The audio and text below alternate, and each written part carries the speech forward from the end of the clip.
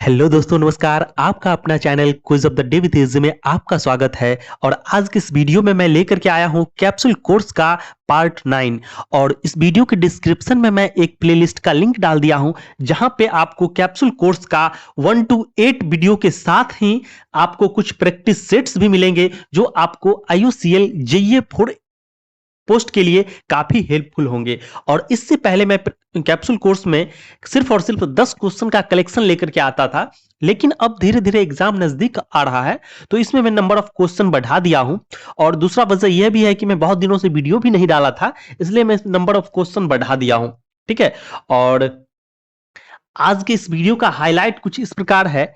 इस वीडियो में टोटल आपको 30 क्वेश्चंस मिलेंगे, और जितने भी टॉपिक्स हैं, fluid mechanics, mass transfer, heat transfer, petroleum refining, chemical reaction engineering और nuclear engineering, mechanical operation, polymer technology, instrumentation और प्लांट रिलेटेड क्वेश्चन, जितने भी इसमें मैं चैप्टर का नाम बताया हूं, हर चैप्टर से आपको बस तीन क्वेश्चन मिलेंगे। 10 चैप्टर है, 30 क्वेश्चन, हर पॉइंट से यहां पे आपको 3 क्वेश्चन मिलेंगे। ठीक है, तो पढ़ते हैं अपने वीडियो की तरफ। पहला क्वेश्चन है, critical velocity in a pipe flow. Critical velocity जो है पाइप फ्लो में क्या होता है? Option A, increases as fluid viscosity increases as pipe diameter increases, और independent of the fluid density, और option D, none of this. तो इसका जो आंसर हो जाएगा, इसका आंसर बताने से पहले मैं थोड़ा सा अगले स्लाइड पे चलता हूं। क्रिटिकल वेलोसिटी का थोड़ा आप फार्मूला देख लीजिए, वहां से कुछ चीजें आपको क्लियर हो जाएगी। The critical velocity depend on the coefficient of viscosity. ये तो कोफिशिएंट ऑफ विस्कोसिटी पे डिपेंड करता है, एन। और density of the fluid, D, density पर भी डिपेंड करता है। और radius of the tube, R. ठीक है, और इसका जो फार्मूला है वो ये है। ठीक है, मतलब कि डेंसिटी पर तो डिपेंड करता ही है, ये इन्वर्सली प्रोपोर्शनल है। रेडियस पे भी इन्वर्सली प्रोपोर्शनल है। मतलब कि डेंसिटी या रेडियस दोनों में से कोई अगर कम होगा तो क्रिटिकल वेलोसिटी क्या होगा? बढ़ जाएगा। ठीक है, और विस्कोसिटी पर तो डिपेंड करता ही है, करता है। तो इसका आप अब देखिए, पहला ऑप्शन कह रहा था increase as fluid viscosity increases. पहला ही ऑप्शन इसका सही है, कि क्योंकि ये डायरेक्टली प्रोपोर्शनल है। आप लोग यहां पे देख रहे हैं, ये विस्कोसिटी जो है सो इसका डायरेक्टली प्रोपोर्शनल, जैसे जैसे ये बढ़ेगा वैसे वैसे ये बढ़ेगा। ठीक है, और उसके बाद बाकी 3 ऑप्शन तो आप देख ही रहे हैं, नहीं होगा। कह रहा increases as the pipe diameter increases, ये ऑप्शन तो नहीं होगा, क्योंकि ये इन्वर्सली प्रोपोर्शनल है। पाइप डायमीटर बढ़ने से उसका क्रिटिकल वेलोसिटी घट जाएगा। ठीक है, independent of the fluid density, ये भी नहीं होगा, क्योंकि आप अभी देखे हैं कि डेंसिटी पे डिपेंड करता है। ठीक है, तो अगर आपसे क्रिटिकल वेलोसिटी से रिलेटेड कोई भी क्वेश्चन पूछे, तो वहां पे आपको ये फॉर्मूला याद रखना है। यहां से आपको इस कंसेप्ट से आपको क्वेश्चन वहां पे बन जाएगा। चाहे वो क्वेश्चन कैसे भी घुमा के पूछे कि क्रिटिकल वेलोसिटी डेंसिटी बढ़ाने पे क्या होगा, डेंसिटी घटाने पे क्या होगा, विस्कोसिटी बढ़ाने पे क्या होगा, या फिर ट्यूब का रेडियस बढ़ाने घटाने से क्या होगा। मतलब यहां से बहुत तरह से क्वेश्चन बनाया जा सकता है। ओके, उसके बाद चलते हैं अगले क्वेश्चन की तरफ। अगला क्वेश्चन है, a centrifugal pump has following specification. Power दिया हुआ है, स्पीड दिया हुआ है, हेड दिया हुआ है, फ्लो दिया हुआ है। अब कह रहा है if its speed is halved, अगर इसके स्पीड को आधा कर दिया जाए तो नया हेड क्या हो जाएगा। तो इस टाइप के क्वेश्चन बनाने के लिए, चाहे आपको यहां पे स्पीड हाफ करके आपको हेड पूछ रहा है, चाहे स्पीड हाफ करके आपको हो सकता है डिस्चार्ज पूछ देगा।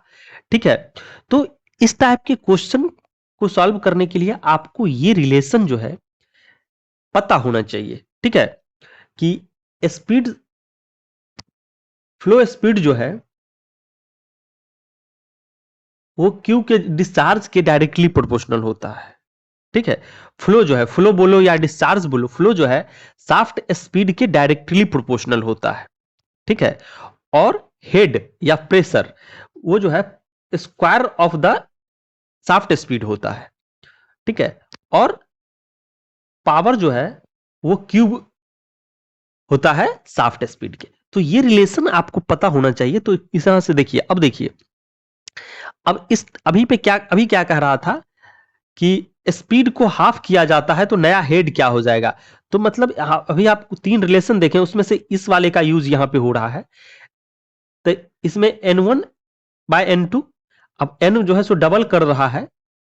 ये देखिए पहला, सॉरी यहां पे पहला जो है स्पीड जो है, पहला स्पीड n1 जो है 800 है और उसको हाफ किया जाता है n2 400 किया जाता है। तो पहला हेड 8 है, दूसरा हेड क्या होगा वही पूछ रहा है, ठीक है ना। तो यहां पे आप देख रहे हैं पहला हेड तो 800 था, n1 800 हो गया, n2 400 हो गया क्योंकि आधा कह रहा है। और उसके बाद पहला हेड दिया हुआ है, दूसरा हेड आपको निकालना है, ठीक है, वो x मान लिए। उसको सॉल्व जब आप करेंगे तो आपको आ जाएगा 2 मीटर, ठीक है। तो ये तो हुआ एक, यहां पे हेड निकालना। हो सकता है आपको पावर पूछ दे या फिर फ्लो या डिस्चार्ज पूछ दे, ठीक है। तो इस ये कंसेप्ट से आपको क्वेश्चन घुमा के पूछता है, ठीक है। अब बढ़ते हैं अगले क्वेश्चन की तरफ। अगला क्वेश्चन है in hindered settling the particle are. Hindered settling में पार्टिकल जो होता है कैसे होता है, placed further from the wall, not affected by other particle and the wall, near each other और नन ऑफ दिस। तो इसका आंसर आपको बताना है। इसका आंसर बताने से पहले थोड़ा सा अब हम चलते हैं। तो ये टाइप्स ऑफ सेटलिंग है, ठीक है। 4 टाइप्स ऑफ सेडिमेंटेशन, एक discrete settling, flocculant settling, hindered settling और कंप्रेशन सेटलिंग। ये सब सेटलिंग का टाइप है।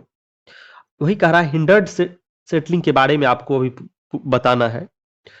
अब देखिए, तो हिंडर्ड सेटलिंग के बारे में पूछ रहा है तो डायरेक्ट हम इसी पे चलते हैं। हिंडर्ड सेटलिंग आप लोग थोड़ा इसका देख लीजिए कि if the settling it is carried out with high concentration of solid to liquid that the particles are so close together that collision between the particle is partially continuous and relative fall of the particle involves repeated pushing parts apart of the higher by the heavier particle, it is called hindered settling.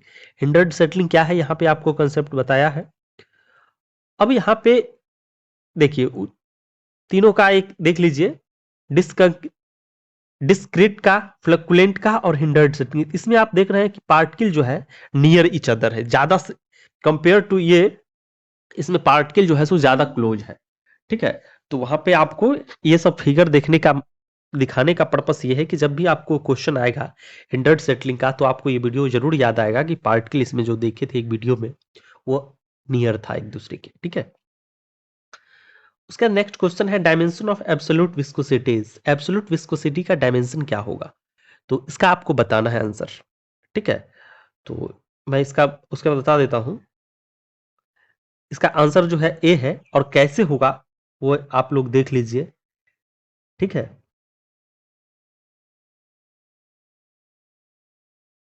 पूरा इसमें निकाला हुआ है, देख लीजिए इसको आप लोग।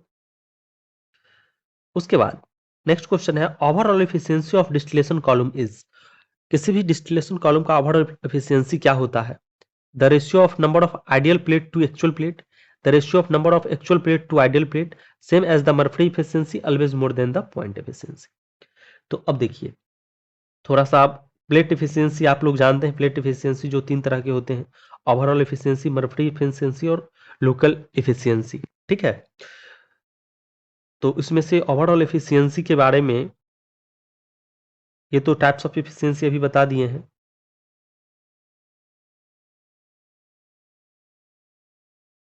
अब देखिए ये overall types of efficiency, Murphy overall efficiency, Murphy efficiency, ठीक है। अब देखिए यहां पे देख रहे हैं कि ओवरऑल एफिशिएंसी जो होता है ये देख लीजिए, एक्चुअल वाला नीचे में है, ठीक है। एक्चुअल वाला क्या है, नीचे में है। तो यहां पे आइडियल बट्टा एक्चुअल बाय एक्चुअल हो जाएगा, एक्चुअल वाला नीचे में होगा, ठीक है। पहला ऑप्शन कह रहा है the number of ideal plate to the actual plate, ठीक है। इसमें कह रहा था actual plate to the ideal plate, actual वाला नीचे होगा इसमें, ठीक है। तो फर्स्ट ऑप्शन जो है वो सही हो जाएगा, ठीक है।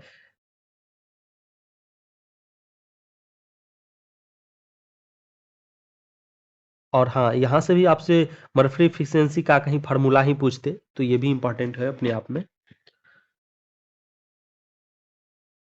उसके बाद है in extractive distillation solvent is added to alter the relative volatility of the mixture of high volatility present in overhead stream of high viscosity to give high tray efficiency. तो इसका जो राइट आंसर है वो है, देख लीजिए, इसका right answer जाने से पहले इसका राइट आंसर तो ए है। राइट आंसर है in extractive distillation solvent is added to alter the relative volatility of the mixture. ठीक है, और यहाँ पे अब एक्सट्रैक्टिव डिस्टिलेशन के बारे में थोड़ा सा देख लीजिए। Extractive distillation is an offensive effective separation technique for azeotrope mixture और क्लोज बॉइलिंग पॉइंट मिक्सचर। ठीक है, इस ये a polar solvent entrainer or separating agent with high boiling point is added to interact with the component in the azeotropic or close boiling mixture। ठीक है, और ये इसका जस्ट एक PFD है, इधर फीड A+ भी है। ठीक है, और इसमें से इसका बॉटम से सॉल्वेंट आया और फिर इस सॉल्वेंट का फिर रिकवरी करके फिर से इसमें डालता है और ये सर्कुलेशन जो है सो ये साइकिल चलती रहता है। फिर एक्सट्रैक्टिव डिस्टिलेशन का एक दो पॉइंट है, देख लीजिए। लोअर वॉलेटिलिटी सॉल्वेंट, देखिए सॉल्वेंट के बारे में, lower volatility than feed mixture, इसमें जो सॉल्वेंट डालता है, ठीक है, उसका वॉलेटिलिटी जो है फीड मिक्सचर से कम होता है। And above the feed stage, और सॉल्वेंट जो डाला जाता है फीड ट्रे के ऊपर में डाला जाता है। यहां से भी एक क्वेश्चन बनाया जा सकता है कि एक्सट्रैक्टिव डिस्टिलेशन में जो सॉल्वेंट डाला जाता है वो फीड ट्रे से ऊपर डाला जाता है या नीचे डाला जाता है, तो एबव द फीड ट्रे। ठीक है, उसके बाद add feed tray below the top stage, no azeotrope form with other component, should interact differently with other composition. ठीक है, तो इस तरह से एक्सट्रैक्टिव डिस्टिलेशन के बारे में कुछ पॉइंट है। अब चलते हैं अगले क्वेश्चन की तरफ। हाँ, तो अब अगला क्वेश्चन है the characterization factor of crude petroleum oil is around. अब क्रूड पेट्रोलियम ऑयल का कैरेक्टराइजेशन फैक्टर आपसे पूछ रहा है, तो आज मैं आपको कैरेक्टराइजेशन फैक्टर के बारे में जो बताऊंगा फिर आपको कभी भूलोगे नहीं। ठीक है, और आपको कुछ एक दो ऑब्जेक्टिव भी जहां तक आप देखे भी होंगे, लेकिन आज आपको तीनों का क्लियर हो जाएगा। दिखाते हैं आपको हम। सबसे पहले तो ये देख लीजिए कैरेक्टराइजेशन फैक्टर क्या होता है। तो कह रहा है there are several correlation between yield and the aromaticity and paraffinicity of crude oil, but the two mostly used are UOP और Watson characterization factor and the US bureau mines correlation index. ठीक है, ये जो है characterisation factor जो है किसके किसके बीच कोरिलेशन है, yield and the aromaticity and paraffinicity. ठीक है, क्रूड ऑयल का। तो the method for calculating the UOP characterization factor of petroleum oil from API gravity and distillation data, ये जो निकाला जाता है ये एपीआई ग्रेविटी और डिस्टिलेशन डाटा से निकाला जाता है। और इसका जो फॉर्मूला होता है ये देख लीजिए, हो सकता है आपको कैरेक्टराइजेशन फैक्टर का कहीं फॉर्मूला ही पूछ दे, तो ये इसका फॉर्मूला होता है। ठीक है, जहां पे एस जी जो है स्पेसिफिक ग्रेविटी है 15 डिग्री सेंटीग्रेड या 60 डिग्री फ़ारेनहाइट पे, और टीबी जो है वो है मीन एवरेज बॉइलिंग पॉइंट। ठीक है, और ये देख लीजिए, और इसमें जो लिखा हुआ है the Watson characterization factor ranges from less than 10 for highly aromatic material. ठीक है, अगर 10 से कम होगा तो वो बहुत ज्यादा हाईली एरोमेटिक होगा। ठीक है, और almost 15 for the highly paraffinic compound, और 15 होते होते वो बहुत ज्यादा जो है पैराफिनिक हो जाता है। ठीक है, तो अब देखिए, अब यहां पर आपको क्वेश्चन जो है यहां से हमेशा पूछता है, अगर 13 से लेकर के 13, अगर 13.1 से लेकर के 13.5 के बीच रेंज में होगा तो वो होगा पैराफिनिक। ठीक है, और नेफ्थेनिक होगा अगर 10.5 से 13.2 होगा तो वो होगा नेफ्थेनिक, और एरोमेटिक होगा 9.5 से लेकर के 12.5 तक होगा तो वो जो होगा वो होगा एरोमेटिक। ठीक है, तो इस तरह से इस कंसेप्ट को आप लोग ध्यान दीजिएगा, इस फार्मूला को ध्यान दीजिएगा, और यहां जो कंसेप्ट बताया उस पर ध्यान दीजिएगा। ठीक है, और किसका किसका रिलेशन बताता है इस पे ध्यान दीजिए, और ये तो इंपॉर्टेंट है ही। ठीक है, अब चलते हैं अगले क्वेश्चन की तरफ। अगला क्वेश्चन है catalyst used in the isomerization is. Isomerization में कौन सा कैटलिस्ट यूज किया जाता है? Option A aluminium chloride, option B alumina, option C nickel, option D phosphoric acid.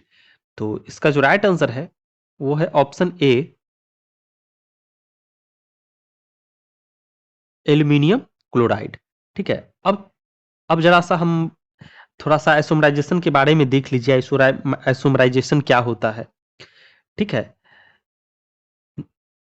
Just एक बार देख लीजिए, और ये जस्ट आइसोम यूनिट का ये है ना, क्लोरीनेटेड एल्यूमिना आइसोमराइजेशन प्रोसेस। ठीक है, ये फिगर आइसोम यूनिट का है, आइसोमराइजेशन यूनिट का है, तो ये ओवरऑल है। बाकी यहाँ पे देख रहे हैं क्लोरीनेटेड एल्यूमिना आइसोमराइजेशन, इसमें जो कैटलिस्ट यूज किया जाता है वो एल्यूमिनियम क्लोराइड यूज किया जाता है। ठीक है, और इसका आप लोग देख लीजिए एक बार इसको, कि हाइड्रोजन गैस फीड गैस आया, फिर ये ड्रायर होते हुए, ठीक है, और फिर इधर से नेफ्था आया, ये लिक्विड ड्रायर, जो गैस आया वो गैस ड्रायर से, और जो लिक्विड आया वो लिक्विड ड्रायर से। उसके बाद दोनों मिक्सिंग हो जाता है, प्रॉपर मिक्सिंग होने के बाद ये उसके बाद हीटर में जाता है। ठीक है, तो ये प्रोसेस यहाँ पे जानना जरूरी नहीं है, यहाँ पे आपको कैटलिस्ट यूज किया जाता है वो क्लोरीनेटेड एल्यूमिना, मतलब एल्यूमिनियम क्लोराइड। ठीक है, बाकी आप इस डायग्राम को देख लीजिए, समझ में आ जाएगा, पीएफडी है, कुछ है नहीं इसमें। अब एल्काइलेशन के बारे में कौन सा इसमें से सही है? Cause olefin to combine with each other, cause olefin to combine with isoparaffin, convert isoparaffin into olefin, convert olefin into paraffin। तो इसका जो राइट आंसर है वो देखते हैं। इसका जो राइट आंसर है वो है ऑप्शन बी। एल्काइलेशन में क्या होता है? Cause olefin to combine with isoparaffin. Olefin जो है सो ओलेफिन कंबाइन होकर के आइसोपैराफिन बनाता है। ठीक है, और ये आप फोटो में देख सकते हैं, एल्काइलेशन में आइसोब्यूटेन और ये प्रोपिलीन देख रहे हैं, ओलिफिन। ठीक है, ये मिलकर के आइसोहेप्टेन बनाया, आइसोपैराफेन बनाया। ठीक है, और इसी तरह से आइसोब्यूटेन और ब्यूटिलीन मिला करके जो बनाया वो आइसोऑक्टेन बनाया। ठीक है, तो ये एल्काइलेशन का एग्जाम्पल है। उसका नेक्स्ट क्वेश्चन है boiling point of water at sea level is. Sea level पे बॉइलिंग पॉइंट जो है वाटर का कितना होता है? 210 degree F, 212 degree Fahrenheit, 208 Fahrenheit और 214। तो इसका जो राइट आंसर है वो है ऑप्शन ये 212 डिग्री एफ, किस में है? Option second. ठीक है, और इसका थोड़ा सा आप कंसेप्ट आप लोग देख लीजिए। At 1 atmosphere of pressure sea level water boils at 100 degree Celsius और फॉरेनहाइट में 212। When liquid is heated it eventually reaches a temperature at which the vapor pressure is large enough that the bubble from inside the body of the liquid, the temperature is called boiling point। ये तो boiling point का definition है। Once the liquid start to boil, the temperature remain constant until the all of the liquid has been converted into gases। तो ये सब तो concept है। उसके बाद चलते हैं अगले क्वेश्चन की तरफ। अगला क्वेश्चन है as the temperature increases the thermal conductivity of the gases। जैसे जैसे टेम्परेचर बढ़ाते हैं वैसे वैसे थर्मल कंडक्टिविटी गैस का क्या होता है? ठीक है, option A increases, option B decreases, option C remain constant और option D increases up to certain amount then decreases. तो अब देखिए, इस कंसेप्ट को बताने के लिए मैं ये क्वेश्चन यहाँ पे लेके आया हूँ, क्योंकि ये क्वेश्चन शायद मैं किसी प्रैक्टिस सेट में दिया हूँ, बट वहाँ पे मैं कंसेप्ट नहीं बताया हूँ, इसलिए यहाँ पे इस क्वेश्चन को लेकर के आया हूँ ताकि इस कंसेप्ट को देखने के बाद आपसे फिर गलती ना हो। ठीक है, देख लीजिए। As the temperature increases, the kinetic energy of the molecule of the gas also increases, and eventually collision between molecules and increases with increasing the thermal conductivity of the gases. मतलब as the temperature increases, the thermal conductivity of the gases increases. Gas के लिए जैसे जैसे temperature बढ़ाता है thermal conductivity बढ़ता है, लेकिन for liquid and solid generally the temperature increases thermal conductivity decreases.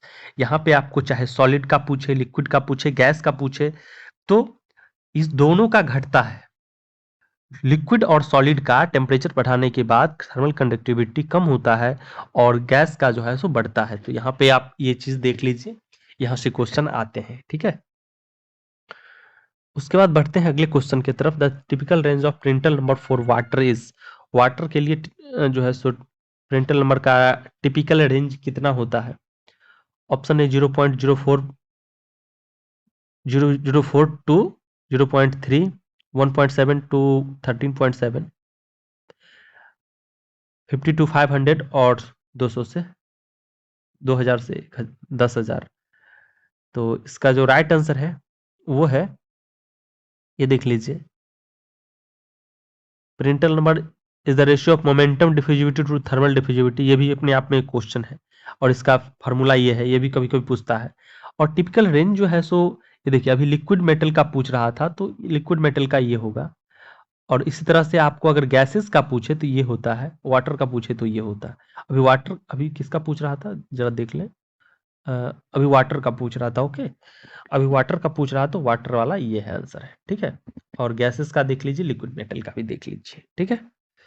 और यहाँ पर फार्मूला तो आप देख ही रहे हैं, ठीक है, यहाँ से भी क्वेश्चन आता है। उसके बाद नेक्स्ट क्वेश्चन है, the rate constant of a first order reaction depend on the, first order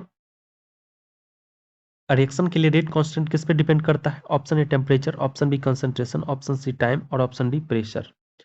तो इसका जो राइट आंसर है वो है ऑप्शन ए टेम्परेचर। अब थोड़ा सा देख लीजिए, रेट लॉ है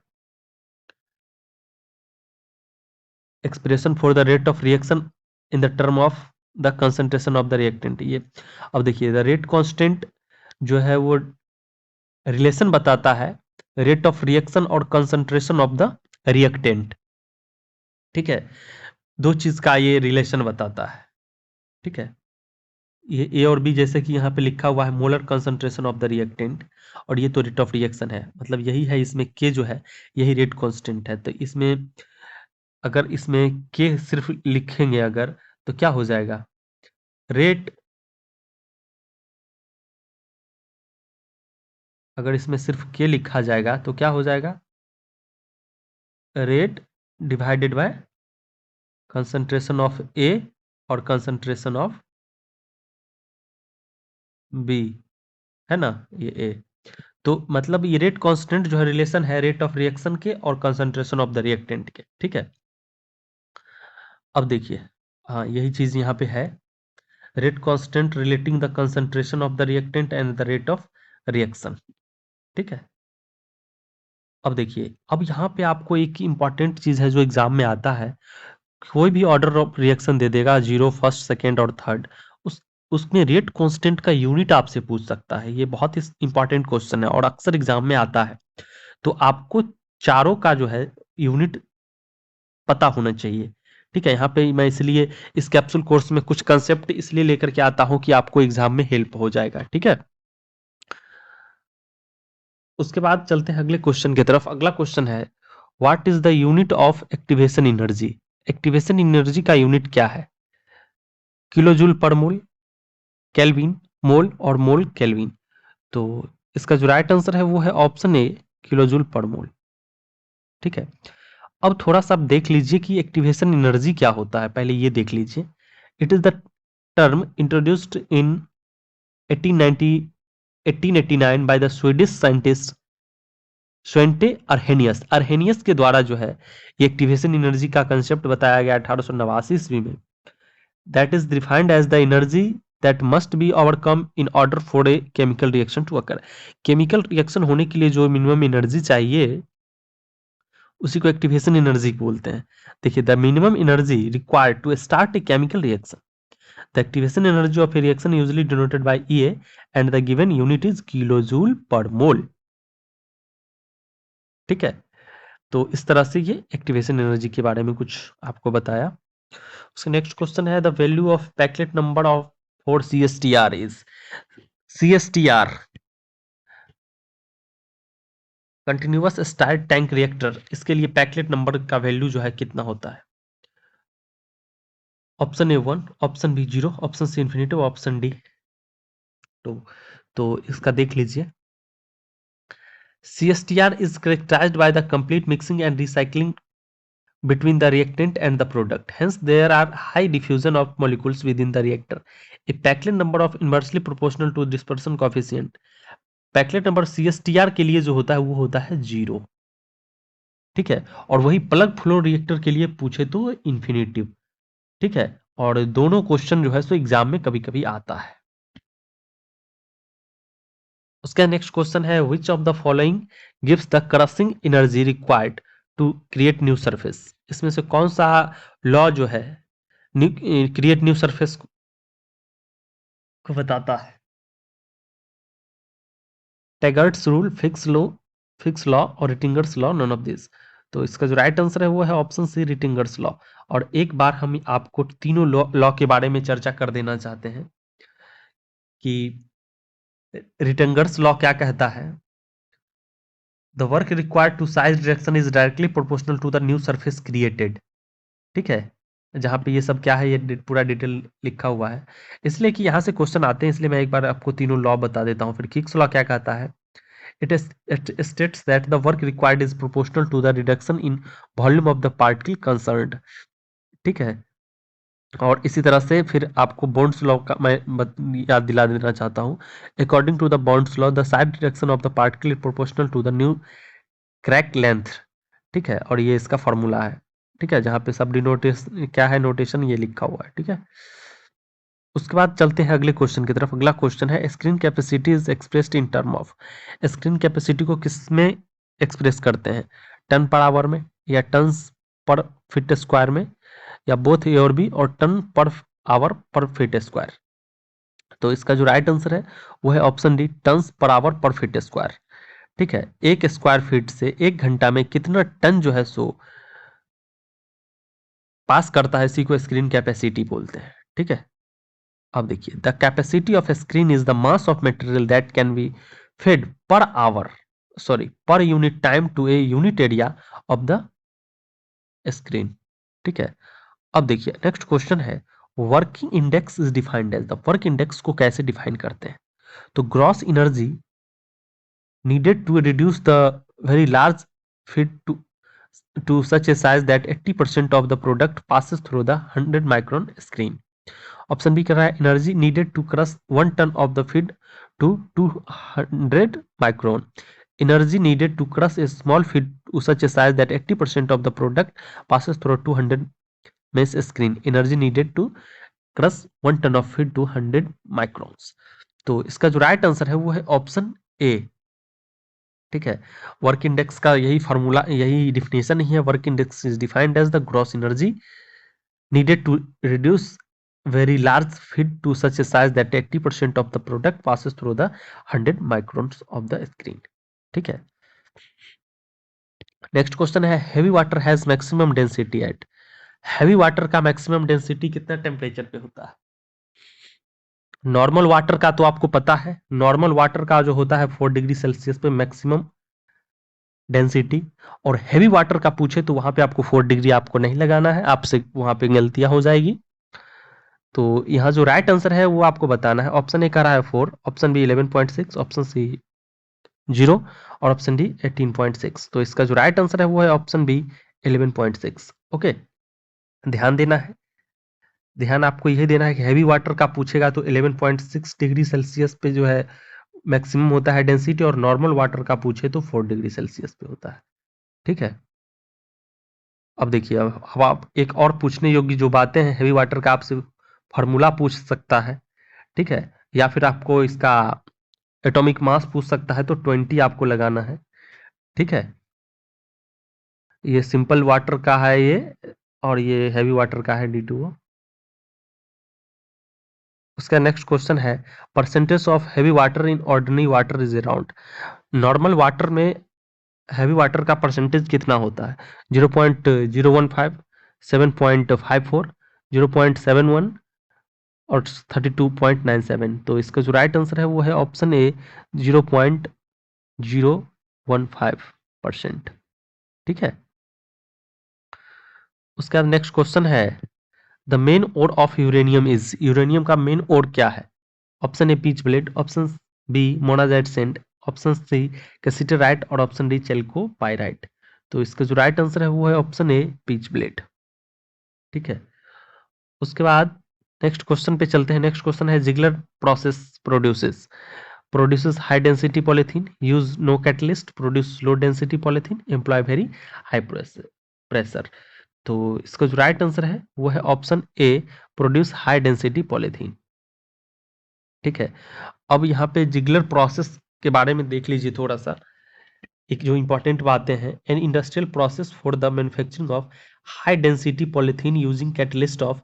अब देखिए हाई डेंसिटी जिगलर प्रोसेस में तो हाई डेंसिटी पॉलीथीन यूज करते हैं, लेकिन उसमें जो कैटलिस्ट हाई डेंसिटी पॉलीथीन बनाने में जो है उसके मैन्युफैक्चरिंग में जिगलर प्रोसेस का यूज होता है, लेकिन उसमें जो कैटलिस्ट यूज किया जाता है titanium chloride and aluminium alkyl. तो ये ट्राई इथाइल एल्यूमिनियम। ठीक है, ये कैटलिस्ट आपको हो सकता है कहीं पूछ दे। ठीक है, नेक्स्ट क्वेश्चन है neoprene is chemically known as. Neoprene को क्या बोलते हैं? Polybutadiene, styrene butadiene rubber SBR, polyurethane और पोलीक्लोरोप्रीन। तो इसका जो राइट आंसर है वो है ऑप्शन डी, पोलीक्लोरोप्रीन। ठीक है, और थोड़ा सा आपके एक बार हम ये देखिए क्लोरोप्रीन का जब पॉलीमराइजेशन किया जाता है तो नियोप्रीन बन जाता है। सब उसका फॉर्मूला सब आप देख ही रहे हैं। इसका नेक्स्ट क्वेश्चन है which of the following is a copolymer. इसमें से आपको बताना है कि कोपोलीमर कौन सा है। पोलिस्ट्रीन, SBR, PTFE और पोलीप्रोपिलीन। तो इसका जो राइट आंसर है वो है ऑप्शन बी, SBR। SBR मतलब स्टाइरिन ब्यूटाडाइन रबर। और यहाँ पे हम आपको कुछ होमोपोलीमर और कुछ कोपोलीमर का लिस्ट बता दे रहे हैं, जहां से आपको क्वेश्चन बहुत बनाया जा सकता है। पूछ देगा कि इसमें से कौन सा आपको कोपोलीमर है, कौन सा होमोपोलीमर है, और ऑप्शन कुछ भी दे देगा। तो ये सब लिस्ट एक बार आप लोग अब माइंड में बिठा लीजिए, कोपोलीमर कौन कौन सा है और होमोपोलीमर कौन सा है। यहां से भी क्वेश्चन बनाया जा सकता है, एक नहीं बहुत सारा। उसके बाद नेक्स्ट क्वेश्चन है thermocouple is suitable for the measuring. Thermocouple जो है कौन सा टेम्परेचर मेजर करने के लिए सुटेबल है? Liquid temperature, very high temperature, very low temperature और very high and low both. तो इसका जो राइट आंसर है वो ऑप्शन डी। और थर्मोकपल जो होता है ये देख लीजिए, ये thermocouple is a sensor use to measure the temperature. Thermocouples consist of two wire legs made from the different metal. The wire legs are welded together at one end and creating a junction. This junction where the temperature is measured. और इसका figure जो है कुछ इस तरह से आपको मिलेगा। ठीक है, और बाकी ये वही चीज है, एक बार आप इसको पढ़ लीजिए। नेक्स्ट क्वेश्चन है A pyranometer is instrument use for the measuring the. Pyranometer का यूज किसके मेजरमेंट में किया जाता है? Beam radiation, global radiation, bright sunshine period और नन ऑफ दिस। तो इसका जो राइट आंसर है वो है ऑप्शन बी, ग्लोबल रेडिएशन। ठीक है, अब ये देखिए यही है पायरेनोमीटर के बारे में लिखा हुआ है, global solar irradiance is measured by the pyranometer. ठीक है, ग्लोबल सोलर रेडिएशन को मेजर किया जाता है पायरेनोमीटर से। ठीक है, which is a radiometer with a glass dome that has a hemispherical view of whole sky। ठीक है, इस तरह से उसका स्ट्रक्चर होता है। नेक्स्ट क्वेश्चन है gas chromatography is used for the measurement of. Gas chromatography का यूज जो है किसको मेजरमेंट करने में किया जाता है? Temperature, pressure, concentration, flow rate. तो इसका जो राइट आंसर है वो है ऑप्शन सी, कंसंट्रेशन। ओके, ये देख लीजिए गैस क्रोमेटोग्राफी है और कैसे ये काम करता है, ये इसका डायग्राम है। ठीक है, एक बार पढ़ लीजिए। It is a technique where the component of the mixture in the gaseous state are separated as the sample passes over a stationary liquid or solid phase and gaseous mobile phase। ठीक है, अब चलिए next question है, purpose of circulating reflux और pump around the crude in A crude column. Column के around जो है सो reflux circulating में क्यों डाला जाता है, रिफ्लक्स पंप जो है सो क्यों डाला जाता है। Option A, withdraw of heat from the column, reduce the reduce the vapor load in the appropriate section of the column, or control the withdrawal temperature of the product and thereby quality of the same, all of above। तो इसका जो right answer है वो है option D, all of above. इसका सारा answer जो है वो सही है। उसके बाद नेक्स्ट क्वेश्चन है, vacuum maintained in the vacuum distillation tower और crude distillation plant is about. Absolute में आपको बताना है कितना वैक्यूम जो है मेंटेन किया जाता है वीडियो सेक्शन में। ठीक है, वैक्यूम डिस्टिलेशन यूनिट, आप लोग रिफाइनरी से जो अप्रेंटिस किए उनको पता ही होगा, video, CDO, crude distillation unit और वैक्यूम डिस्टिलेशन यूनिट। तो उसमें जो वैक्यूम किया जाता है एब्सोल्यूट कितना किया जाता है, 5 to 10, 30 to 80 और 600 से 700 या 350 से 400। तो इसका जो राइट आंसर है वो है ऑप्शन बी, 30 to 80। और आज का हमारा लास्ट क्वेश्चन है, which of the following is undesirable reaction in the hydrotreater unit. Hydrotreater unit में कौन सा जो है अनडिजायरेबल रिएक्शन है, डिसल्फराइजेशन, डीनाइट्रिफिकेशन, डीऑक्सीजनेशन और हाइड्रोक्रैकिंग। तो इसका जो राइट आंसर है वो है ऑप्शन डी, ये जो है सो अनडिजायरेबल रिएक्शन है। बाकी ये तीनों जो है डिजायरेबल है और ये जो है अनडिजायरेबल है। ठीक है, ये डिजायरेबल है और ये जो है अनडिजायरेबल है। ठीक है, तो इस तरह से आज के कैप्सूल कोर्स का हमारा 30 क्वेश्चन कंप्लीट हुआ। ठीक है, आपको अगर हमारा क्वेश्चन का सिलेक्शन अच्छा लग रहा हो तो हमारे channel quiz of the day with AJ को सब्सक्राइब करके बेल आइकन जरूर प्रेस कर लीजिए, जिससे कि हमारे आने वाले वीडियो का नोटिफिकेशन आपको मिलता रहे। वीडियो को पूरा देखने के लिए आपका बहुत बहुत धन्यवाद।